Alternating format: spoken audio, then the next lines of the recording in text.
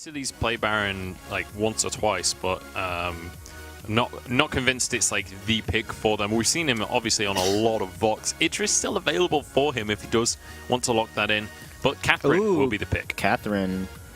So that means it's a forced Baptiste ban from SaltyPotatoes, and now here they should ban Baron they don't want to, and they can take it if they ban Baptiste. And SaltyPotato bans Baptiste on the A side there, so they may potentially ban. Okay, they're gonna ban Blackfeather here. And forces out the Baptiste ban. There's no team should ever be giving over Catherine Baptiste, and so it just gets banned away immediately and puts Qlash right back on the clock. They can go anywhere they want with this composition. That's one of the really nice things about, well, even Lyra too, but Catherine and Lyra, just you can play really any composition you want with them. That's going to be the Baron pickup. But now the Idris and or the Blackfeather are still available. Or sorry, not the Blackfeather. Idris and Samuel. They're probably going to do Idris Samuel, which is very strong composition. Or they can even do Skye potentially to counter the Cath. But Skye not as good into a Baron if she gets blown up in terms of Baron's range. So Samuel makes the most sense because with Samuel's Mass and Verdict and Drifting Dark putting so much offensive pressure, Idris and Lyra can then go in and do a lot of damage and lock down either Baron or the other jungler. And again, it's one of those compositions that SaltyPotatoes likes to run where you poke a little bit, but then once that poke connects, you just go all in onto that target. If they land any sort of poke with a Malice and Verdict onto the Baron, it's immediately should be followed up by a portal and the Idris jumping in and trying to just blow him up. That's what they did so well in game number 1, constantly taking out that Scarf right off the bat. I think here they should probably play like a Cruel and have, you know, the Hell's Heart stun along with the Cat stun and just protect the Baron from the Idris. Or Koshka would be really good too. Again, Koshka has a stun, Cath has a stun. Idris is completely countered by Cath though, so SaltyPotatoes got to play the Idris very carefully because Baron Cath is pretty strong. They're going with the Scarf again here. So they're trying to play in the late game. However, I worry that, again, Samuel and Lyra's a queen of poke. Scarf cannot outpoke that composition. They're going to push turrets and hopefully snowball the Baron here. If they don't, then Qlash has a chance in the late game. We'll see whether they can find their way back in with this very late game oriented composition. But then the Scarf and the Baron, while we talk about them as late game heroes and they are exceptionally strong in the late game, we've seen a lot of games where they get a really good start and just kind of skyrocket themselves to that late game before we expect. Usually when there's someone else on the team that has a very strong early game to help propel them into that state. So when it's two late game focused heroes on the same side, and Cat's late game too, there is a very big risk of them not being able to get that far in. All right, so it's very likely that this is going to be a pretty snowball-heavy game. And it looks like, in terms of draft, the advantage is still going the way towards our victors of Game 1. We'll see whether this can be a second perfect game. It's definitely a little bit up in the air. Qlash have a chance, but SaltyPotatoes just looked so good in that first game. They could well be on their way to the finals. It's time to find out, though. Hashtag Vainglory on Twitter to let us know whether you believe that Qlash can take this to a third game and extend the series, or whether SaltyPotatoes are going to finish this out with a clean 2-0. It's time to get on into the game and find out for ourselves. So I'm going to pass it back to the casters for SaltyPotatoes up against Qlash. And HF Guy switching things up here. I believe we've only seen him on Lyra so far, AJ, with his, I guess, debut as a captain on the Halcyon Fold. You previously played carry for Reliable Union. Now this Catherine, fairly good into Idris. We'll have to see if Qlash have drafted the composition to win a game. Yeah, it's interesting that they've gone for this Catherine pick. I actually like Catherine a lot. It is something that can do some good work into the Samuel and Idris, potentially. So we'll see if he can make it happen. Big key for me is just to not lose the game in the first 5 minutes this time around for Qlash. We did see very, very strong, effective aggression out of SaltyPotatoes last game, and Qlash was always playing catch-up. So if SaltyPotatoes starts to go aggressive, I want to see more of a reaction out of Qlash. I do think that not having Grace on your opponent's team makes dealing with this a little bit easier, but Agony is still on the Scarf, which is at risk of getting jumped on if he's not careful. Yeah, no, certainly is.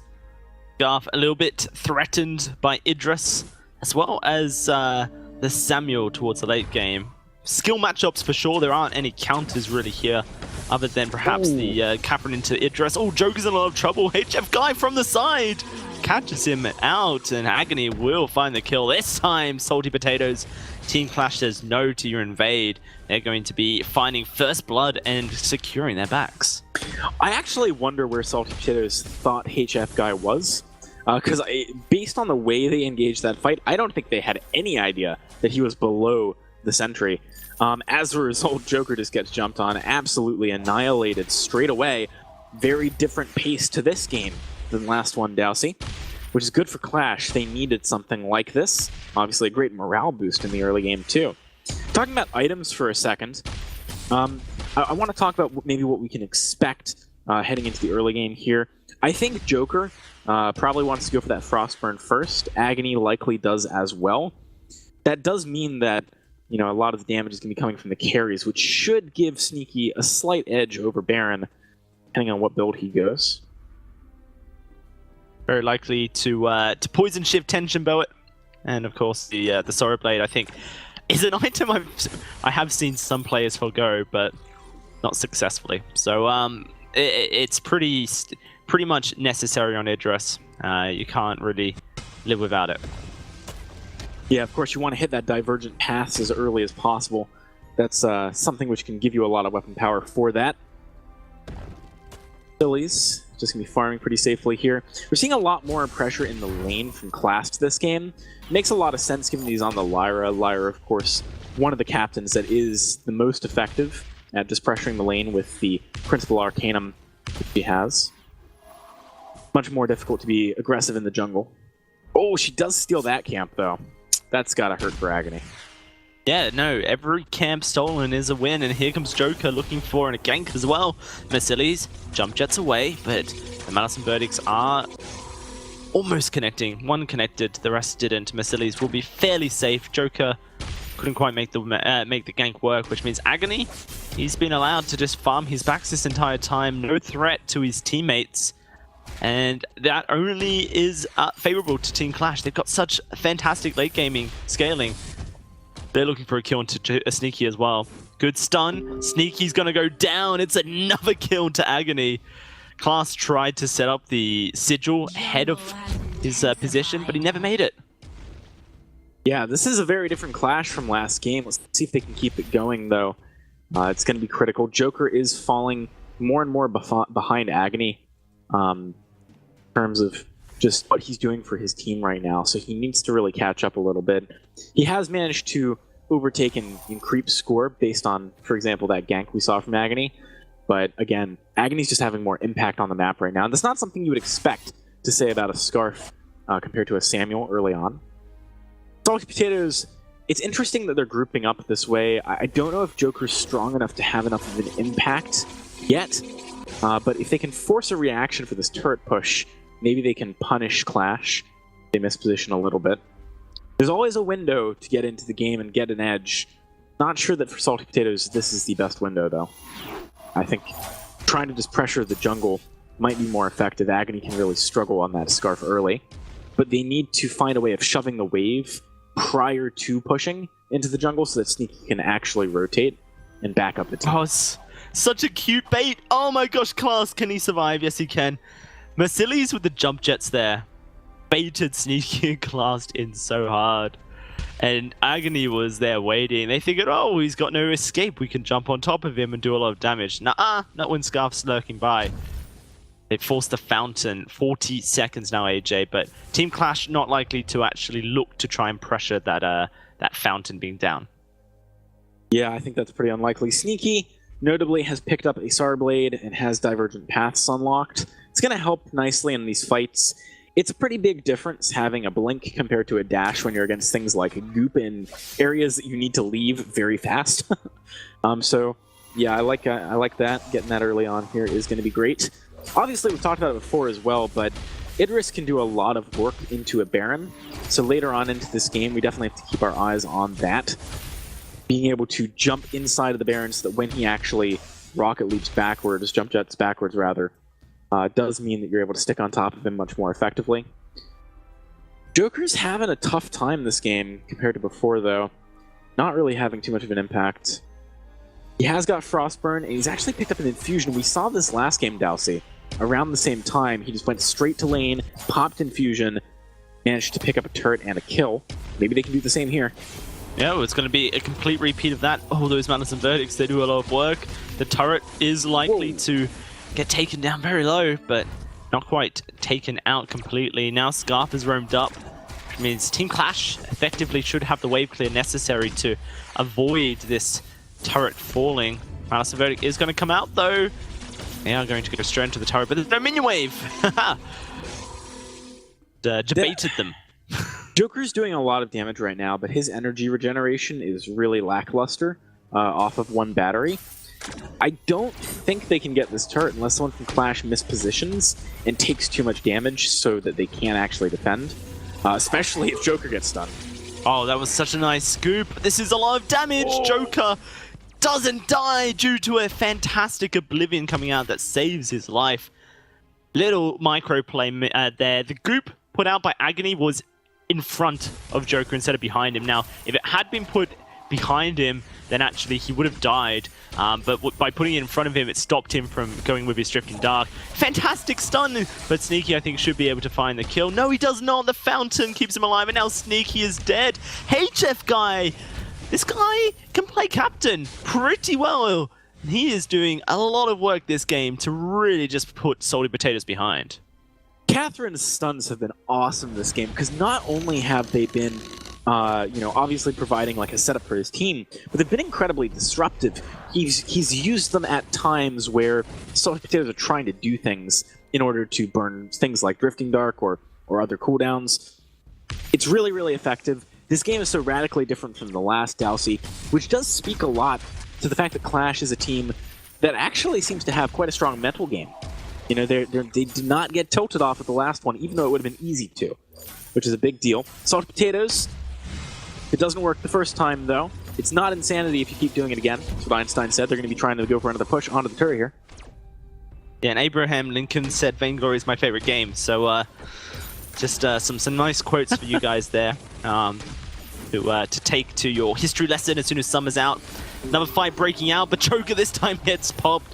The goop stops him from escaping. The fountain just wasn't effective. Sneaky going to get chunked on down. That was a late crucible, and that's going to cost Sneaky his life as well. Holy moly, Qlash are just stomping at the moment. If they were able to lose game one in a perfect fashion and then come through and win game two in a perfect fashion, I think that is perhaps one of the greatest feats as far as mentality is concerned. Qlash doing his best to keep this turret alive, but it will not stay alive. It will go down to one more Spitfire, and that is going to be Team Qlash with a 3,000 gold lead. Massive lead for them, especially considering the composition that they have. They're going to be doing so much work earlier than they should be in the later stage of the mid-game especially. SaltyPotatoes, I don't blame them for as I jokingly said, trying the same thing again and again. I do think that they want to be putting on the pressure early, but they have not really been able to find the good windows. They're not really responding to HF Guy, especially particularly well, with reflex blocks, for example. At this point, things are getting to the stage where they might not be redeemable for SaltyPotatoes, just because their composition does not scale the same way. They do have strengths in the late game. Idris is good. Samuel is good. But I think that Baron and Scarf probably outclass them just a little bit, especially because they both get to play from the long-range line, whereas Idris has to put himself at great risk to set up for Samuel to be effective. And for that to work, Samuel needs to not get interrupted and intercepted by HF Guy. So there's just a clear path to victory for Qlash, and a much more nuanced one for SaltyPotatoes. Yeah, no, I'm a little bit surprised. Talk about what I want to say in a bit, though, as Sneaky takes a huge chunk of damage. Qlash drafted Catherine Baron. That is a screaming late game to you, right? Catherine, obviously one of the biggest late game heroes there are. And SaltyPotatoes' response to that was, we're going to match you with some late game, Idris and the Samuel. Now, I respect the Idris pick, not because Idris is my bae, but because, it's very effective into the Baron, and many people will agree with that. However, the Samuel pick kind of just says that we're going to try and out out late game, the late game comp. And that is a very dangerous game to be playing. HF Guy echoes his Blast Tremor, keeps them silenced forever. Now the haters are going to have what they say. Coming in, it is going to be SaltyPotatoes going for this massive engage. Mercilli's will lose his life. Sneaky chunked on down. He's going to jump forward and Agony finds one. Agony going to get the second through the help of HF Guy. Qlash will go down. It's just Agony showing up on this Scarf. Has something to say about his previous loss here, AJ, and that is a 5-0-3 scoreline. What on earth was that engage? You can't just stand on a goop like that. That was, I mean, they gave Agony a highlight reel play. They were like, I'm so sorry we crushed you last game. Here, you're redeemed. You know, like that was crazy stuff. Crazy stuff from SaltyPotatoes. I'm blown away. At the same time, Qlash, you know, it's like if someone gives you the gift of a gym membership. Right? It's a tough gift to actually get value out of because you don't really want to go to the gym. But they did. You know, they went for a year and now they're buff. That's what they did off the back of that play. They played it perfectly. So I'm not going to take anything away from them. I love it. That is the most interesting analogy I hear, but I hear you, AJ. I hear you. So does Exhale. He hears you too. I mean, if you're trying to make that analogy, you got to think, okay, what are gifts that you have to use well or like attentively to get value out of? Gift I can't cards. think of that many. Gift cards? You just spend it. No, that's not the same. If you don't spend it though, the company makes money. Poof. Unless the value of the gift card increases over time. Economics. All right. Let's talk economics of this game though, Dowsy.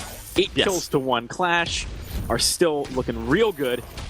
Even though we saw that 1 kill picked up by SaltyPotatoes, it's pretty hard for them to actually go in, and I think that last fight was kind of a case study of that, right?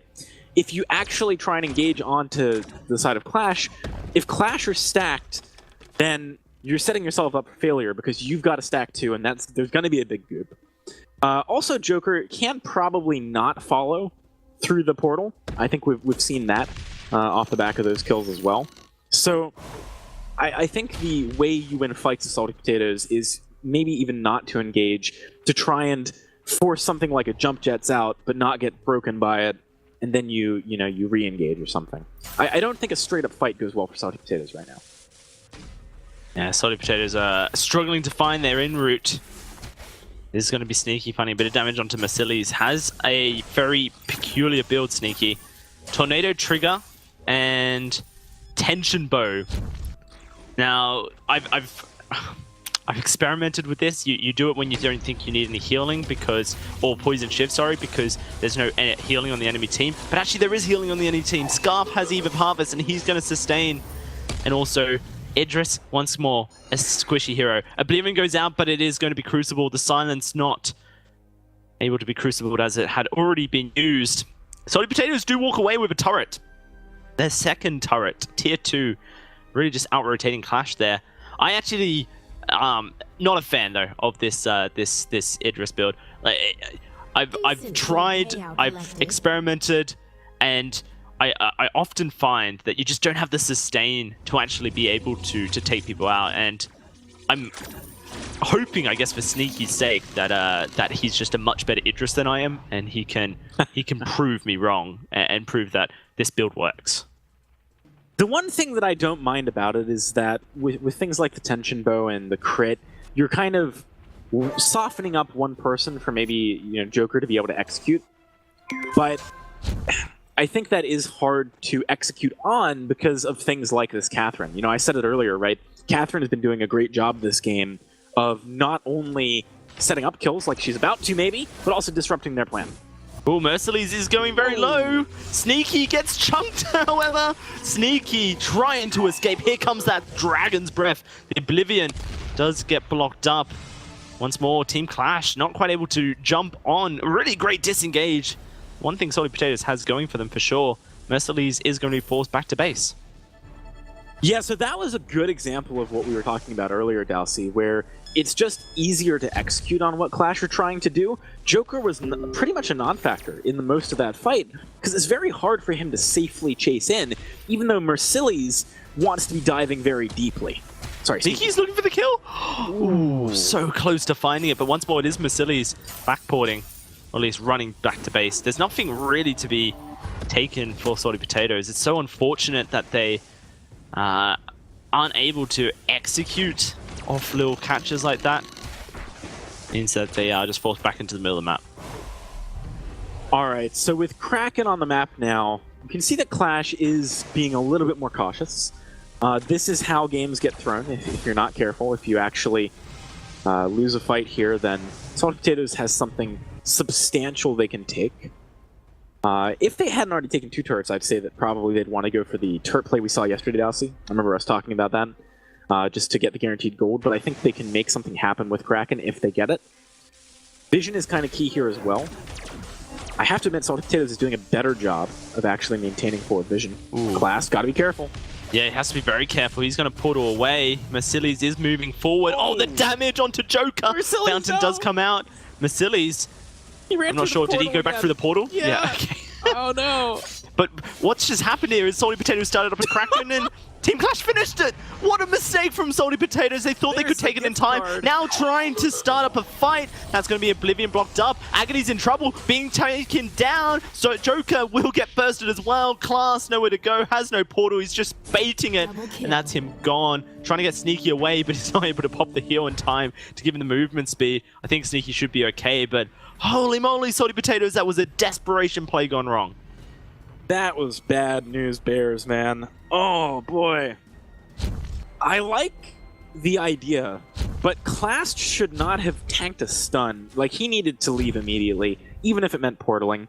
And then the entire team needed to turn, fight in the choke point, try and get splash damage down from the Joker, and make it difficult for Masili's and Agony to split up and kite around Sneaky.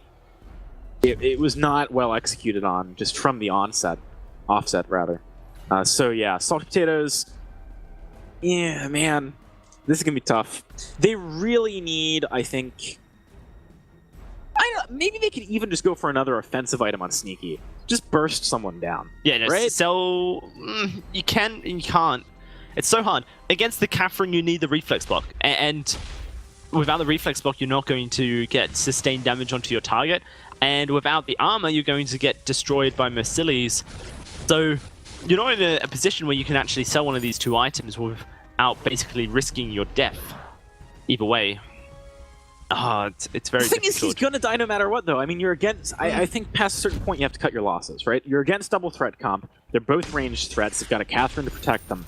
Once you go in, you're not getting out again safely, unless your team dies instead, as we saw in the last fight. So, just be like a nuke, right? Like, just go in, do some damage, then you're done. In theory, he can just take Masili's out if he gets in there. The other issue with not building Poison Shift, going back to that old card, is that he's not actually cutting down the effectivity of a Fountain. 33% healing reduction ain't that bad. And it's kind of what stops the Baron from surviving when Idris gets his combination out onto the Baron. Is, the Chakram rips through his HP, he jumps forward, does a couple auto attacks, and when the jump jets get activated, you follow him with a Shimmer Strike. The Fountain will fly out, of course, because Mercedes is begging for it at this point, but the health reduction from the Poison Shift means that when Sneaky does re-emerge onto the Halcyon Fold, he looks to just finish the job. So there's a couple things to be said about it. And the splash out of Mercedes is pretty crazy right now. This is rough for SaltyPotatoes. They've also found themselves in kind of a dicey position. They're not going to be able to back safely. They got to fight. Where's Agony going? Agony's really far away from the fight, but they don't know that, SaltyPotatoes, so they're backing away. That was an opportunity to turn, fight instantly, and now, right now, they're kiting. That's going to be Sneaky, taken on down. Ooh, able to dodge the double rockets with your Shimmer Strike, diving forward onto Masili's, but he gets stunned up, and that's him taken on out. The Joker so far away, he cannot help Qlash survive, and now a Spitfire finds him. Agony with the ace, 13-12. They are going to push this wave up, it seems. 40 seconds on the death time as they think they can finish it now. Even if they can't, they can probably take... They'll realize with like 20 seconds left, go take Kraken and come back.